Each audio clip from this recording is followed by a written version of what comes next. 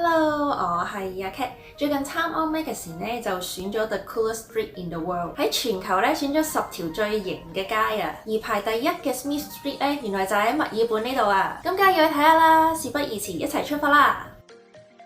呢條街其實係夾喺兩個區中間嘅，咁對面嗰邊咧就係屬於 Fitzroy 呢個區啦，而家行緊呢邊咧就係屬於 Collingwood 呢個區嘅。呢條街真係有好多餐廳啊！本身會以為西餐比較多啦，原來都唔係㗎喎，都見到有幾多日本菜嘅，仲見到有 kebab 呢啲中東菜啦，當然仲有漢堡店嘅。睇到對面馬路有一間幾得意嘅鋪頭喎，行過去睇下先。呢間鋪頭叫做 Memorabilia， 睇落就似係賣啲復古嘅嘢啦，入去睇下先。估中咗啦，係賣一啲以前嘅嘢嘅。俾呢啲可樂吸引咗啊！幾廿年前噶咯，都未開，保存得超好咯。係食鬼啊！仲有 Game Boy 添。我記得嗰陣時有 Super Mario 玩嘅，有冇人玩過啊？大家以前最中意玩邊個遊戲啊？留言分享下。呢度個老闆真係好 nice 啊，咁所以我揾咗佢做咗個訪問。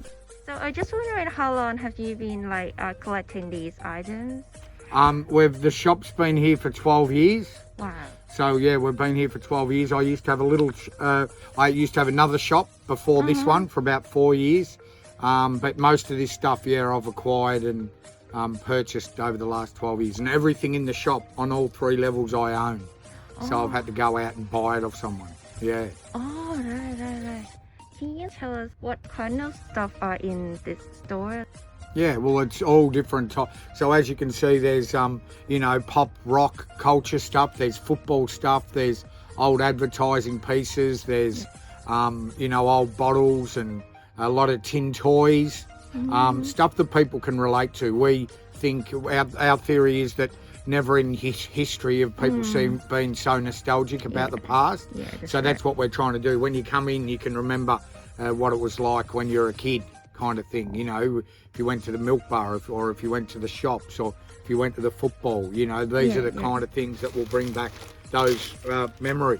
Yeah. 咦，呢度原來仲有個 Star Wars 系列喎，呢度有好多以前啲得意嘢啊，得閒嘅話真係可以過嚟睇下。呢度有間 Dollar Shop， 其實澳洲都唔少呢啲2蚊店嘅，賣嘅都係呢啲雜貨咯。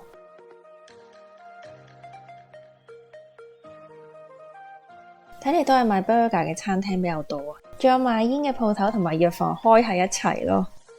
呢條街賣衫嘅鋪頭都算多嘅，好多都係小店嚟嘅，冇大商場咁悶咯。呢間 Swap 係賣二手衫嘅鋪頭嚟嘅，裏面有好多復古嘅衫㗎，啲衫分顏色排好晒，方便人揀啊。呢度啲衫比出邊一手嘅衫係平啲嘅，呢件皮褸賣100零蚊澳幣啦，咁如果一手衫嘅話咧就會貴好多啦。呢條連身裙都 OK 喎，都係49蚊啫。呢度入面係有試身室嘅，咁見得有啲款式啱嘅話咧就可以試啦。但係佢每個款咧都可能得一件到嘅咋，真係可遇不可求啊！呢度唔單止淨係俾人買二手衫啦，仲可以拎自己啲衫過嚟換衫嘅。咁當然啦，拎過嚟啲衫嘅狀況要係好嘅，同埋有啲準則嘅，唔係所有衫都可以換。呢度有間紅十字會嘅鋪頭，裏面嘅嘢係人哋捐出嚟義賣嘅。籌到嘅錢會幫返有需要嘅人咯。呢條街仲有好多 outlet 啊，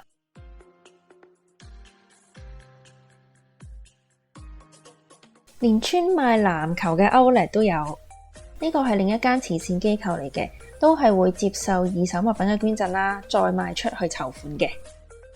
我覺得呢條街咧真係超正咯，咁我行咧都見到幾多非主流嘅嘢嘅，咁會有啲vintage 一啲復古嘅嘢啦，咁例如我見到有一間鋪頭咧係成間鋪頭賣啲黑膠唱片嘅喎，咁同埋我覺得呢度有好有文化氣息啦，因為佢都有幾多畫廊嘅，同埋會有一啲鋪頭係專登賣一啲藝術用品嘅咯。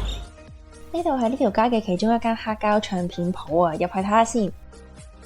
睇圖就睇得多啦，我呢個大鄉里咧都係第一次親眼見到黑膠唱片咋。黑膠唱片係咪應該鄧麗君嗰個年代有啊？呢度啲黑膠唱片又係保存得好好啊，好似好新咁啊！本身以為佢哋會好貴嘅，原來呢度30-40蚊澳幣就有交易㗎啦。呢個封面又幾特別喎。第一眼呢，以為呢一個係 CD， 但係 CD 好似冇咁大隻㗎喎。查咗一下先知，原來大部分嘅黑膠唱片呢係10寸又或者12寸嘅，即係好似呢隻咁。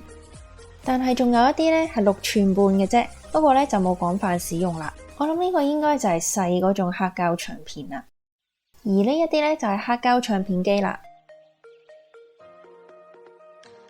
呢度有一間畫廊，呢度又有一間畫廊啦。呢間書局除咗賣書之外呢，仲有啲手袋啊、cushion 等等嘅小禮物，都幾得意嘅。仲有啲越南麵包店啦。呢條街仲有一種店係好多嘅，就係理髮店啦。數起上嚟呢，有超過10間㗎。呢間雪糕店係澳洲 local 嘅，仲係連鎖嘅，差唔多成個澳洲都有噶啦。佢啲 gelato 咧係幾好食嘅，夏天咧成日都要排隊噶。呢間都係賣一啲復古嘅嘢，不過就賣一啲表演嘅衫比較多咯。唔好以為呢條街淨係可以吃喝玩樂啊，咁其實呢度咧都有啲生活用品賣嘅。除咗最大嗰2間超市之外咧，仲有其他比較細嘅超市。呢間超市會賣啲亞洲食品啊、意大利嘢啊，其他國家嘅食品都有嘅。呢啲糕類食品啊、罐頭喺一般嘅大超市就唔一定揾到啦。仲有唔同種類嘅醬啦，同埋意粉。呢個意粉好似係全麥㗎喎，冇食過，買包返去試下先。呢條街仲有間日本超市啊，大家都應該見到呢條街睇落就唔算新嘅。其實呢條街喺1839年嘅時候咧已經喺度噶啦，所以呢度係有好多文物級嘅古建築噶。咁一場嚟到就去睇下啦。呢座石建築一睇就知佢有啲年紀啦。佢係 Great Stirling Hotel， 係1854年建成嘅，係當年淘金潮嘅時候建成嘅酒店，已經列入咗維多利亞州遺產名錄入邊嘅。喺1892年，Collingwood 足球會嘅第一次委員會就係喺呢度舉行噶啦。佢係 Collingwood 呢個區其中一座最老嘅建築嚟嘅。路口呢2座大樓咧都係古建築嚟嘅，同埋都係已經列入咗維多利亞州遺產名錄入面。左邊呢座係1889年至到1890年建成嘅，係以前嘅 Union Bank。佢門上面嘅花紋真係做得好細緻、好華麗啊！右手邊呢座咧係以前嘅 National Bank of Australia。佢係喺1872年建成嘅。對比一下呢2座咧，呢一座睇落去嘅設計就比較工整一啲啦，同埋好似保存得比隔籬嗰座好咯。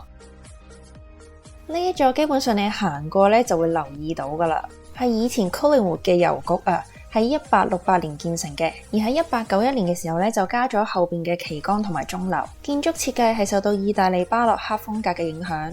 呢一座亦都係喺維多利亞州遺產名錄入邊嘅。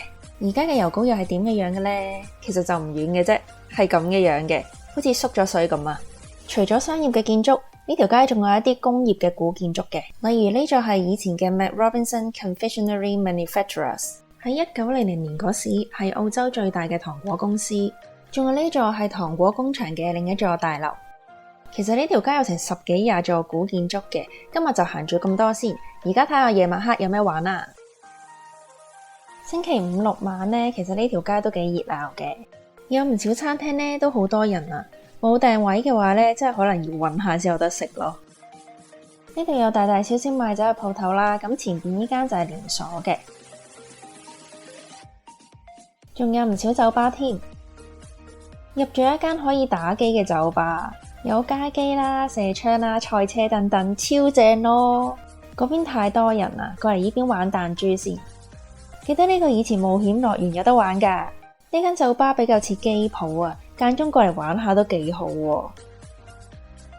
除咗一般嘅酒吧之外呢，呢條街係有幾間機吧嘅，有啲裏面定時呢會有一啲 dress show 嘅，即係男扮女裝嘅喜劇表演。咁我查咗一下啦，網上面嘅文章呢都係比較偏向唔太歡迎 straight 嘅人去嘅。行完呢條街嘅日與夜之後呢，我覺得最特別嘅地方呢，就係呢條街有好多復古嘅嘢啊！例如有間鋪頭係賣翻以前啲玩具啊、小玩意一啲得意嘅嘢咁樣嘅，咁呢個印象係幾深刻嘅。仲有啲黑膠唱片鋪啦，呢啲咧又真係唔係度度都有啦。夜晚黑過嚟同朋友食下飯啊、傾下偈，其實都幾好噶。不過食晚飯嘅話呢，就最好訂翻台啦。好啦，咁希望大家中意條片啦。如果大家中意嘅話，就記得俾個 like 我同埋 subscribe channel 啦。拜拜。